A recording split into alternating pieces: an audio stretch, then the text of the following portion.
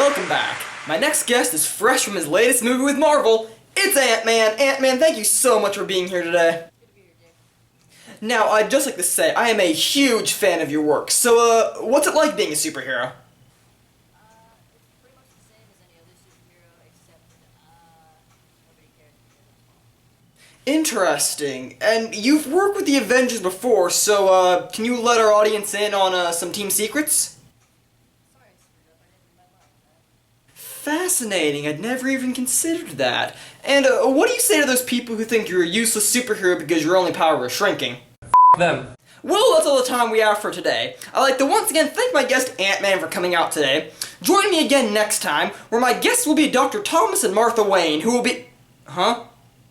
Oh. Well, looks like we're gonna have to cancel that interview. Or the shot. So until next time, live from New York, it's Matt Reviews!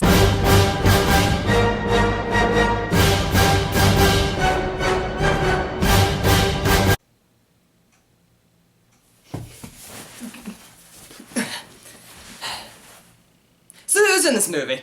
Well, it's got Brian Fantana, Tariel, Gordon Gekko, Ernest Hemingway, the Mexican guy from Gangster Squad, and Cheryl from Archer. What's it about? Well, Ant-Man is a scientist, Hank Pym, who discovered a rare subatomic particle that allowed him to shrink down to the size of an insect while also retaining above-average strength. With the help of his wife, Janet Van Dyne, aka the Wasp, the two fought enemies to the United States with the help of their army of ants. Except that was all during the Cold War, and Hank is old now and is no longer the Ant-Man.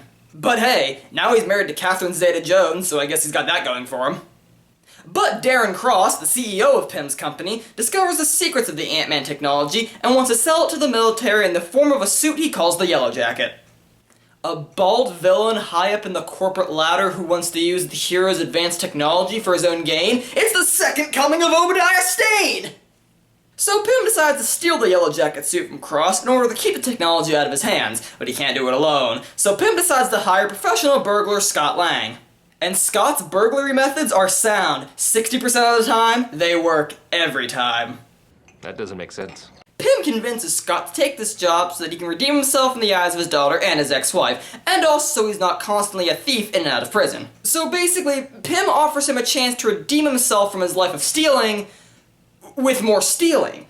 That's kind of like saying, I'm gonna help you with your coke addiction. Here's some more coke. I don't get it. Why don't they just call the Avengers to help them out? I think our first move should be calling the Avengers.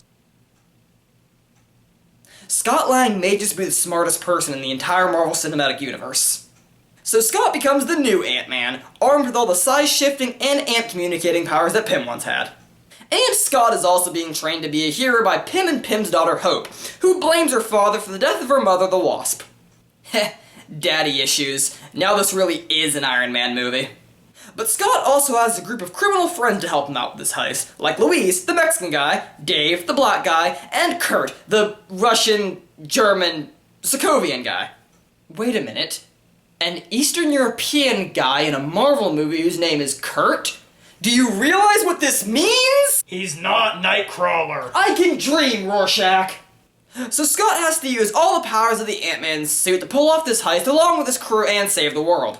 And also pay child support for his daughter. See? Superheroes are real people, just like us. So final verdict... That too small, guys. I can't read this. Can we make it bigger? Can we make it bigger? No? Okay then. The plot of this movie is pretty basic and at times very predictable, but that doesn't make it any less enjoyable. It's a really enjoyable superhero movie with a lot of good laughs in it, much like Guardians of the Galaxy. But then again, what would you expect from a superhero movie with a comedian as the lead? No! We do not talk about that one! It's also got a lot of heart and a cast of extremely likable characters, especially in the case of Scott. In a world where all the superheroes are either billionaires, celebrated war heroes, or gods, it's kinda nice to have a superhero that's just a regular guy. While not a perfect movie, and certainly without the scope of Marvel movies like Age of Ultron, I'd still highly recommend it to anybody who likes heist movies, superhero movies, comedies, or just good movies. And it really proved to me that Ant-Man can really hold his own solo movie, so maybe there's hope for some of Marvel's other lesser-known characters, like Moon Knight, or Penance, or Squirrel Girl? I have to make some calls. Thank you for calling Marvel. This is Bruce. How may I help you? Yes, could you redirect me to the president of Marvel? One moment, please. I can't stop this feeling deep inside of me. Girl, you just... Hello, Tony Stark. Tony? You're the president of Marvel? Yeah, see, Marvel realized that I was the one that was making them all their money, so they decided just to make me the president. Hey Banner, say hi to my friend Matt.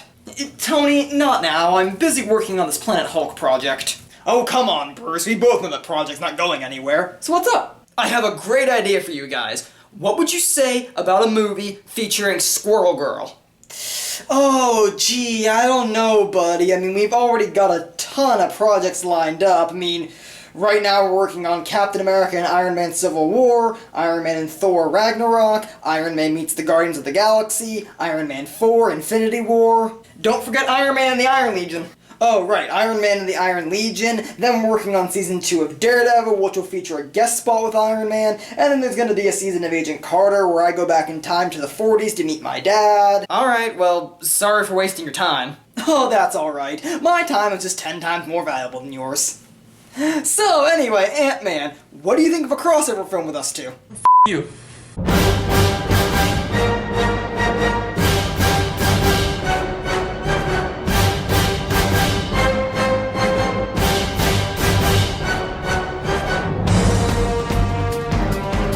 Tony, Captain America's on the phone for you. Hey, Cap! What's the haps, old man? The Batman vs Superman trailer? Oh yeah, I saw it. It's gonna be awesome. What? Yes, it does. Yes, it does, Steve. No, I'm not saying our competitors had better products. I'm just saying... Oh, so now I'm a communist just because I like that trailer and you didn't? Well, you know what, Steve? I don't have to take this. This means war. You hear me? War. And we're not going to be savages about this war either. Oh, no. We are going to be civil about this war. You big poophead! You thought the trailer was good, right? Judas.